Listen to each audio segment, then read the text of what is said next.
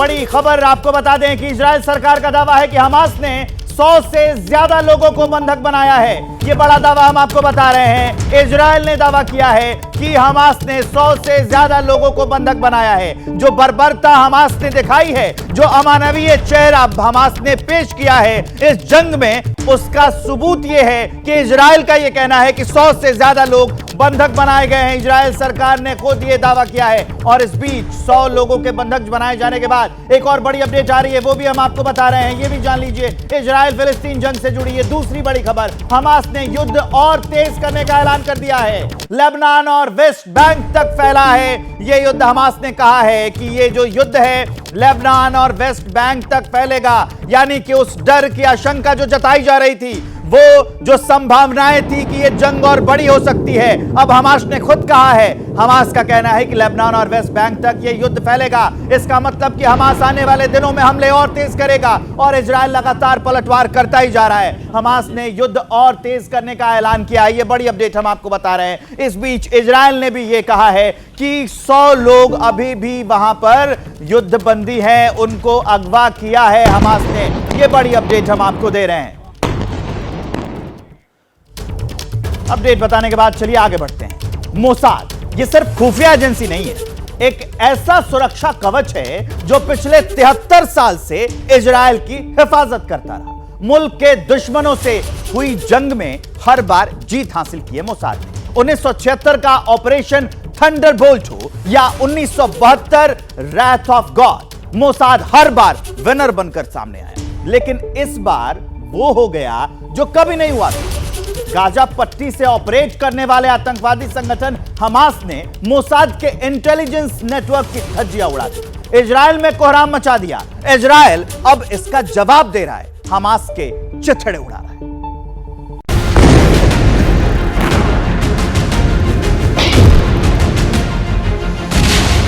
Hamas का कोहराम और इजरायल का इंतकाम जारी है।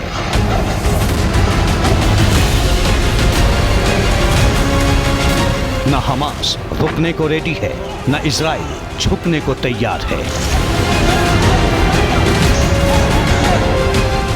अंजाम तय नहीं है, लेकिन हारने वाले का सफाया पक्का है, क्योंकि ये हार और जीत की नहीं, जिंदगी और मौत की जंग है। पाने और गंवाने की नहीं, वजूद की लड़ाई है। जो हारेगा उसका नामो निशान मिट जाएगा। मिटने और मिटाने वाली इस लड़ाई का ट्रिगर गाजा पट्टी में बैठे उस हमास ने ऑन किया, जिसे दुनिया का सबसे शातिर और सबसे खूंखार आतंकी संगठन कहते हैं। वजह इन तस्वीरों में है। आसमान पर धुएं की काली लकीर खींचते रॉकेट और मिसाइलों ने इजराइल की जमीन लहू से लाल कर दी।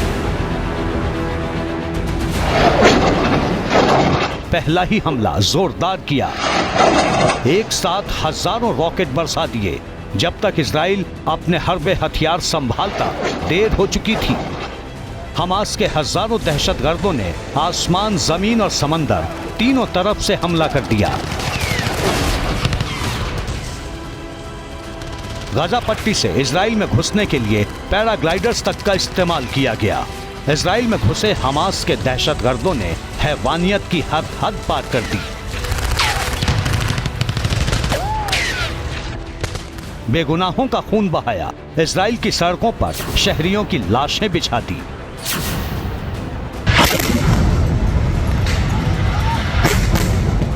लड़कियों और महिलाओं से दरिंदगी की, उन्हें अगवा किया और बंधक बना लिया। Hundreds of terrorists probably have infiltrated the territory of Israel. We don't have the final numbers yet, but we're talking about more or less 300 people massacred, killed. The Israeli response will not be a very gentle one. On the contrary, Israel will respond very forcefully. पिछले 50 बरस में Israel की जमीन पर हुआ यह सबसे बड़ा हमला है। प्रतिघात भी उसी अंदाज में हो रहा है।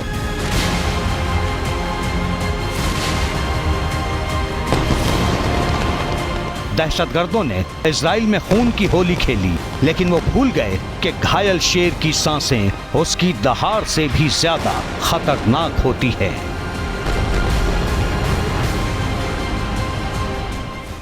हमास के हमले के बाद इजराइल ने आर या पार के जंग का ऐलान कर दिया है। आतंकियों को चुन चुन कर खत्म करने का ऑपरेशन जारी है। हमास की तरफ से शुरू किए गए ऑपरेशन अल अक्सा स्टॉर्म का जवाब इजराइल स्वॉर्ड्स ऑफ आयरन यानी लोहे की तलवार से दे रहा है। आतंकवादियों के खिलाफ मुहिम में आग भरने के लिए इजराइल ने अपने बारूदी गोदाम खोल दिए हैं।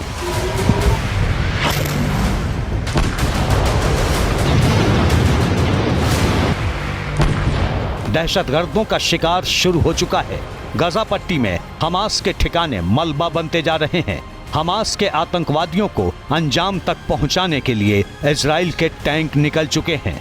इजराइल को पता है कि उसका पाला एक ऐसे आतंकी संगठन से है जो ISIS से भी ज्यादा खतरनाक है। हमास को तबाह किए बिना इजराइल रोकने वाला नहीं है।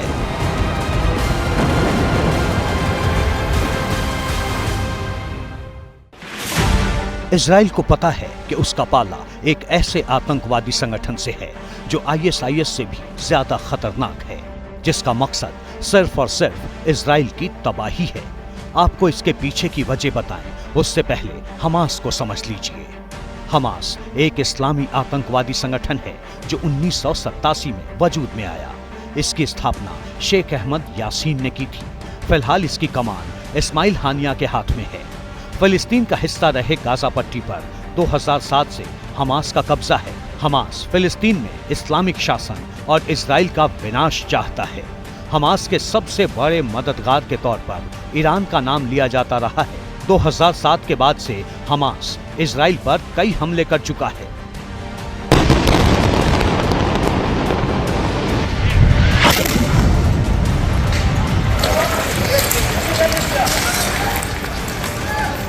हमास रॉकेट और मिसाइल से लेकर मोटार और ड्रोन तक से लैस है। वो अपने ज्यादातर हथियार गाजा पट्टी में ही बनाता है। हालांकि इजराइल का इल्जाम है कि इस काम में उसे ईरान और कतर से मदद मिलती है। हमास की फायर पावर का अंदाजा इसी बात से लगाइए कि वो 2014 में इजराइल से मुकम्मल युद्ध तक लड़ चुका है। ये लड़ाई 50 दिनों तक चली थी, जिसमें 2000 से ज्यादा लोग मारे गए थे। 2021 में भी वो इजराइल की सेना से लोहा ले चुका है।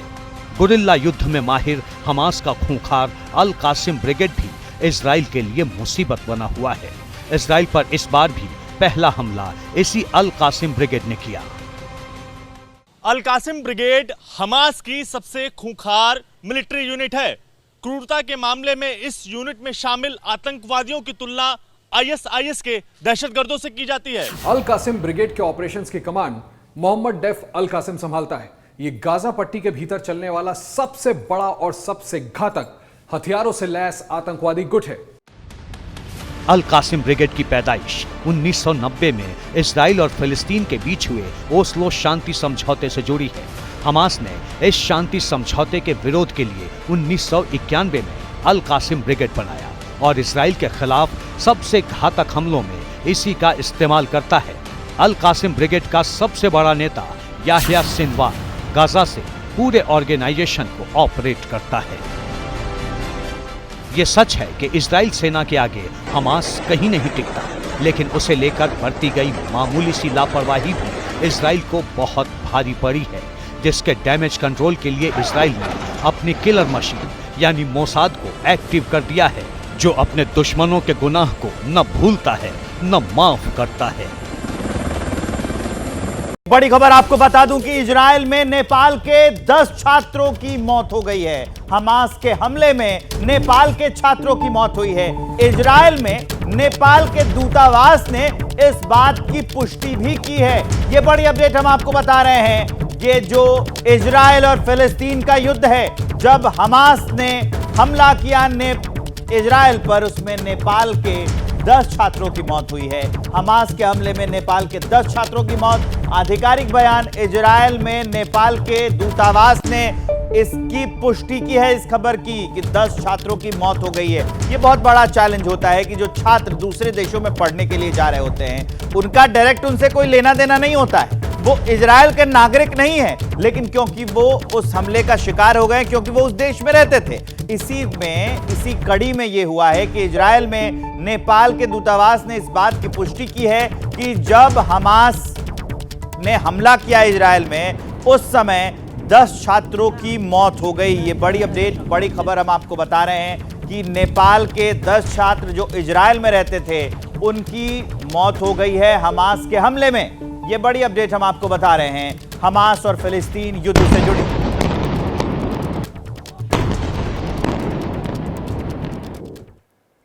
चलिए अब आगे बढ़ते हैं। मोसाद के एजेंट्स अपने मिशन पर निकल चुके हैं।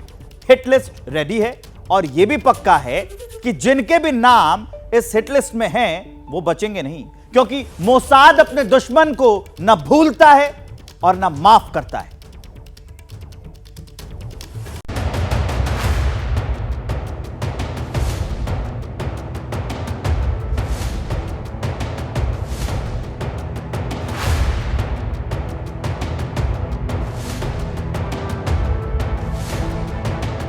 पचास साल में इजराइल पर ऐसा संकट कभी नहीं आया। 50 साल में इजराइल ने इतनी खतरनाक जंग कभी नहीं लड़ी। अब मोसाद इजराइल का वो गुस्सा देख रहा है जैसा उसने 50 सालों में कभी नहीं देखा।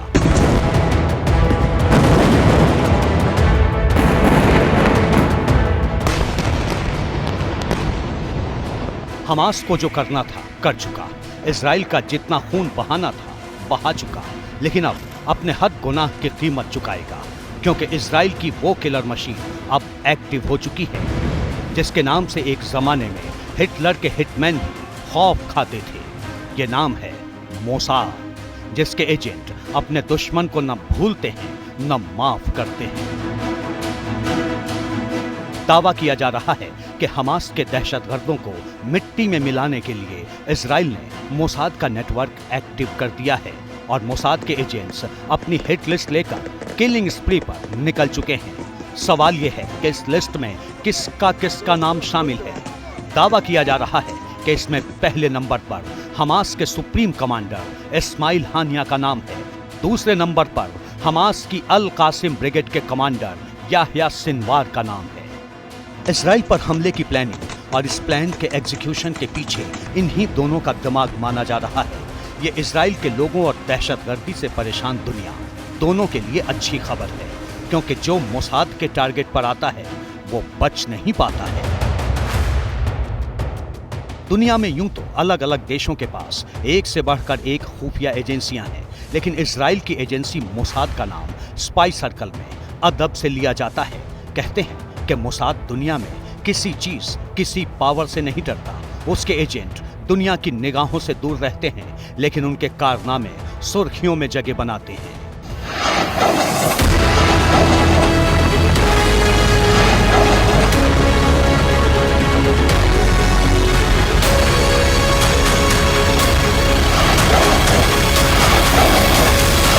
इजराइल की खुफिया एजेंसी मोसाद ग्लोबल ऑपरेशंस को अंजाम देती है। वो मोसाद अपने दुश्मनों को उन्हीं के देश में घुसकर मारने के लिए जानी जाती है। आमतौर पर इस तरह के कोवर्ट ऑपरेशंस को अंजाम देना आसान नहीं, लेकिन मोसाद को इसमें महारत हासिल है। अपना मिशन पूरा करने से पहले मोसाद के एजेंट टारगेट को लेकर पूरी रिसर्च करते हैं। साथ ही मिशन को अंजाम देने के बाद बच निकलने का भी पूरा इंतजाम पहले से ही करके रखते हैं। इजराइल के प्रधानमंत्री डेविड बेन गुरियन ने 13 दिसंबर 1949 को मोसाद की स्थापना की थी। इसे आतंकवाद से लड़ने के लिए बनाया गया था। 1951 से मोसाद को इजराइल के पीएमओ के अधीन कर दिया गया। इसकी रिपोर्टिंग भी प्रधानमंत्री को ही होती है। मोसाद के पास top class secret agent, high tech intelligence team, sharp shooter और कातिल हसीनाओं समेत कई तरह के जासूस और गुप्त योद्धाओं की फौज है। इसके एजेंट्स इतनी सफाई से काम को अंजाम देते हैं कि कोई सबूत नहीं बचता। मोसाद सरकार के लिए खुफिया जानकारियां जुटाती है और उन देशों से भी गोपनीय संबंध बनाती है जो खुलकर इजराइल का साथ देने से बचते हैं। मोसाद सालों से उन देशों को रोकने में खास भूमिका निभा रहा है जो गैर पारंपरिक हथियार हासिल कर इजराइल के लिए खतरा पैदा कर सकते हैं।